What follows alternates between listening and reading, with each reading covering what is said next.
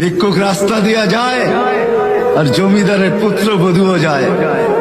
একজন সামনের থেকে আসতেছে, একজন সামনের দিকে যাইতেছে। দুইজনের ক্রসিং এর সময় ভিক্ষুকের গায়ের কাদা জমিদারের পুত্রবধূর গায়ে লেগে গেছে।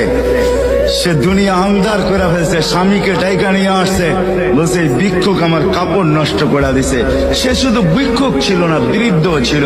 বৃদ্ধ ছিল না শুধু, জীর্ণ ছিল, শীর্ণ ছিল, শরীরে কাপড় ছিল না, ফাটিরা কাপড় ছিল, পায়ে জুতা ছিল না, পেটে ভাত ছিল না। জমিদারের পুত্র সইতে পারে নাই, যৌবনী শক্তি সয়তো সয় কি কইরা তার স্ত্রীর গায়ে ভিক্ষুকের কাদা, বস সমগ্র শক্তিকে হাতে জমা করা একত্র করা বৃদ্ধের গালে বসায়। বৃদ্ধ কিচ্ছু বলে নাই, শুধু উপরের দিকে তাকায় দুই তিনটা শব্দ উচ্চারণ করছেন।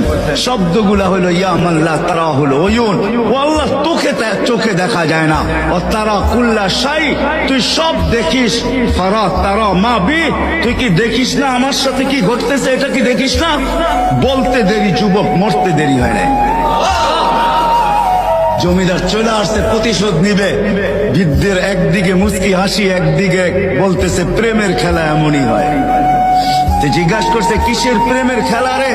বলছে ওর প্রেমিকার গায়ে আমার কাদা লাগছে, পায়ের কাদা লাগছে, ও সইতে পারে নাই, যৌবনী শক্তি দিয়ে আমার বৃদ্ধ গালে বসায় দিছে। আমাকেও একজন ভালোবাসে, সেও সইতে পারে না,